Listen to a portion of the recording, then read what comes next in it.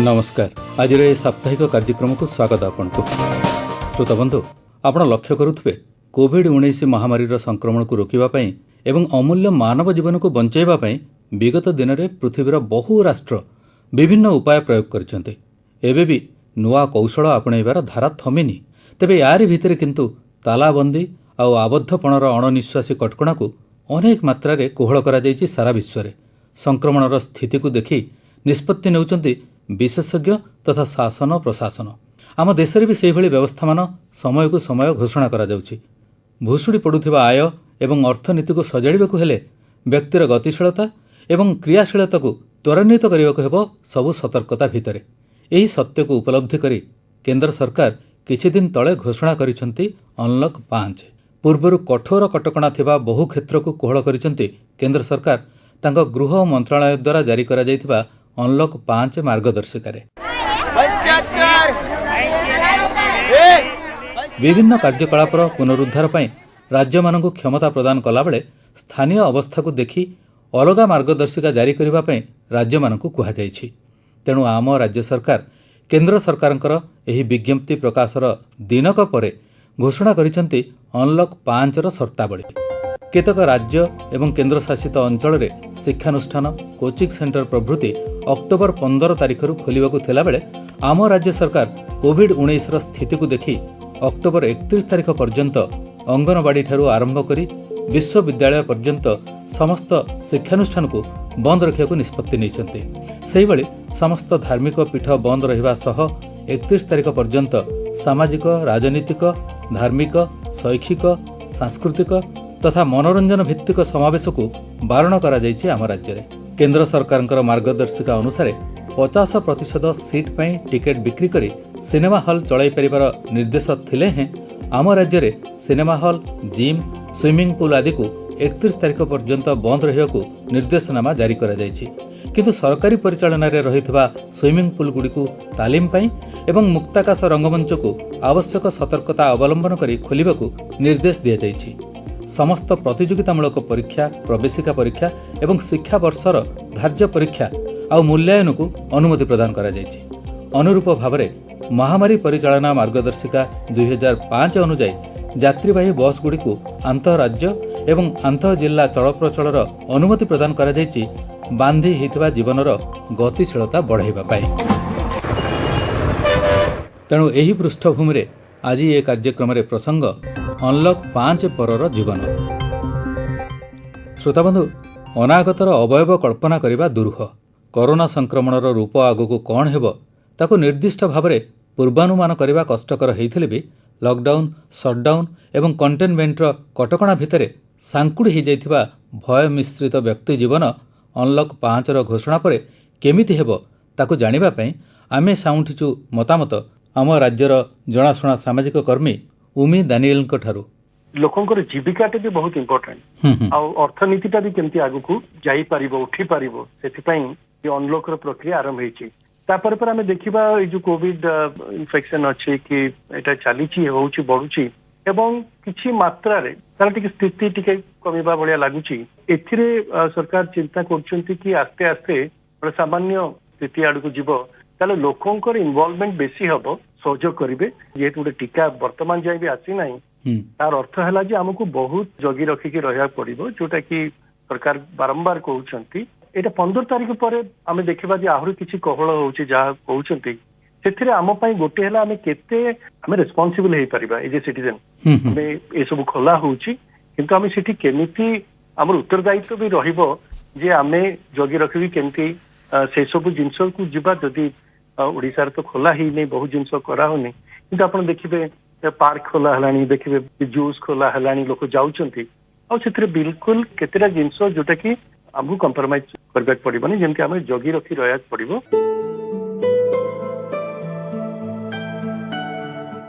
श्रोता बंधु,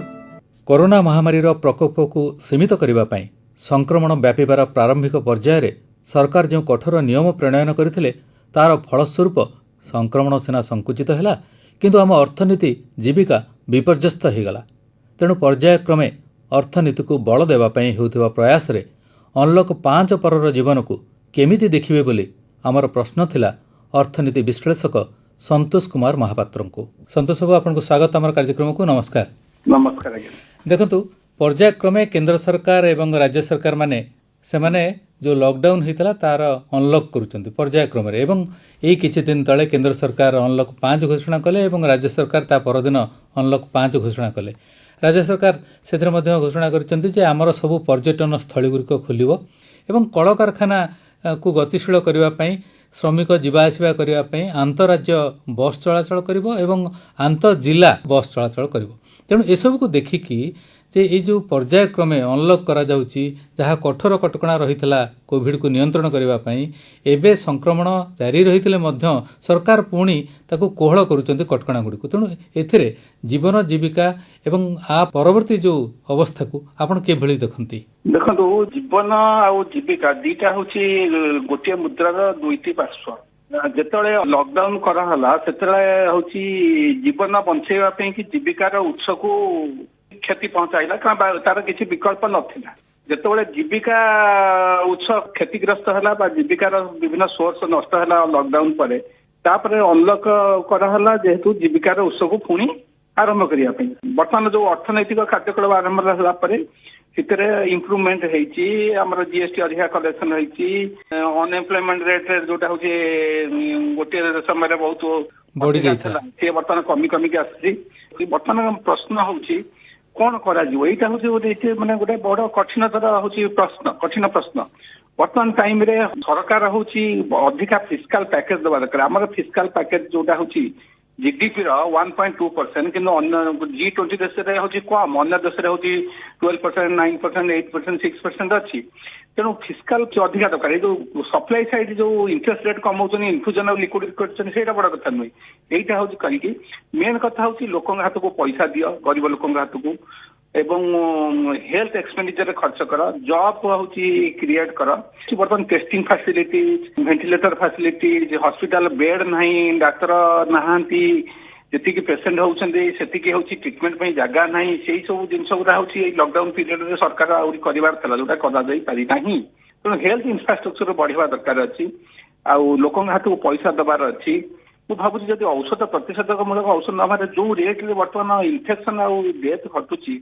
ताहा समस्त मनरे जिते बड़ लोक हो गरीब हो भिकारी हो राजा हो मंत्री हो समस्त आज बर्तमान भीतस्थ समस्ते हूँ मन भितर भितर हूँ सांघातिक भय ये सब जिनटा को गोटे किसी लिमिटेड एरिया रे कंसंट्रेट करंतु। आग मनीष बंचिले तो अन्य कथा चिंता करियो जदि मनीष न बंचिले से कोन करिवो सेटा गोटे हूँ चिंतार विषय हेछि।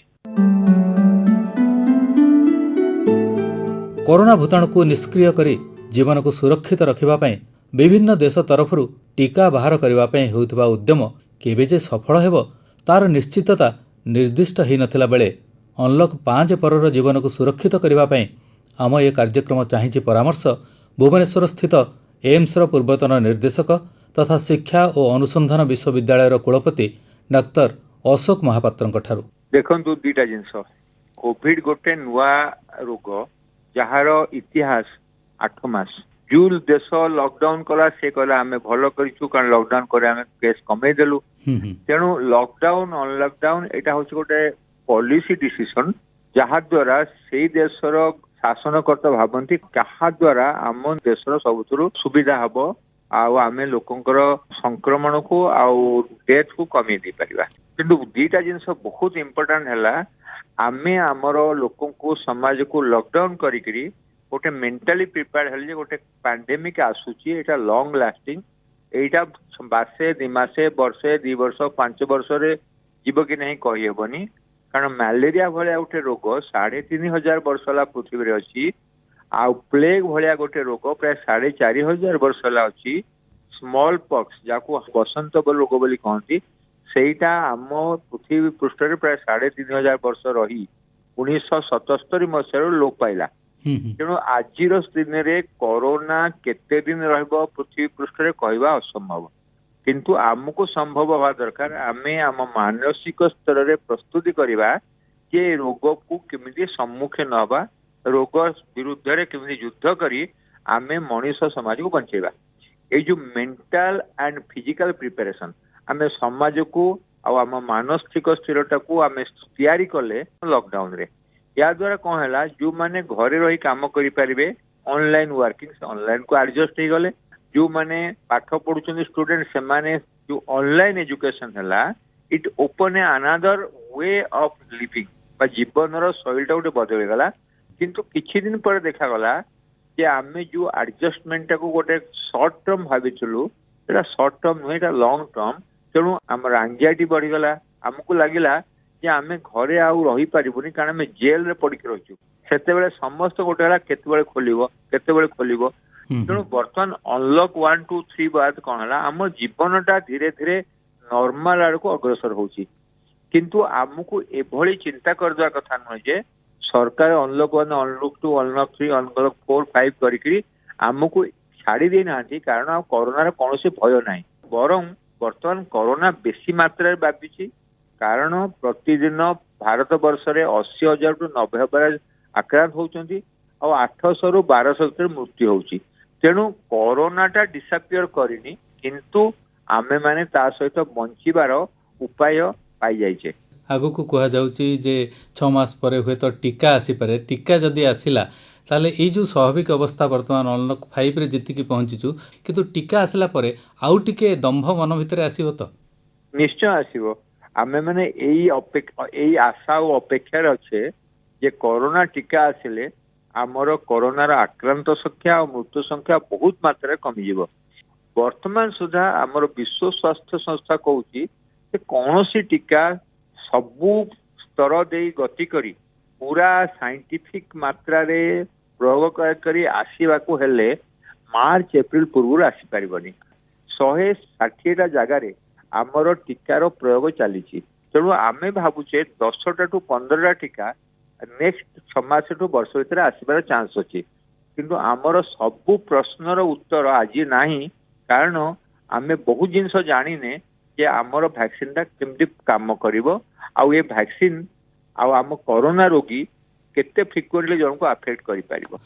तेणु आम जो कहूचे टीका दे देले आमे जीवन पूरा आरोग्यमय हो कि टीका दबा द्वारा समाज रे 100% आमे सुरक्षा प्राप्त करि परिबा कि नहीं टीका द्वारा आमे 90 टू 95% टू श्योर हो जिबा जे जो टीकार इफेक्ट जेते दिन जन रहिबो सेते दिन जे हमको आइदर कोरोना हबनी हेले मध्य हमको सीरियस कंडीशन जीवाकू पड़बनी कारण आम शरीर एंटीबॉडी थिबो तेणु आमर एंटीबॉडी आमर जीवन रक्षा करिवारे सहाय्य करिवो तेबे डॉक्टर महापात्र वर्तमान परिस्थिति रे अनलॉक 5 जेतेबेले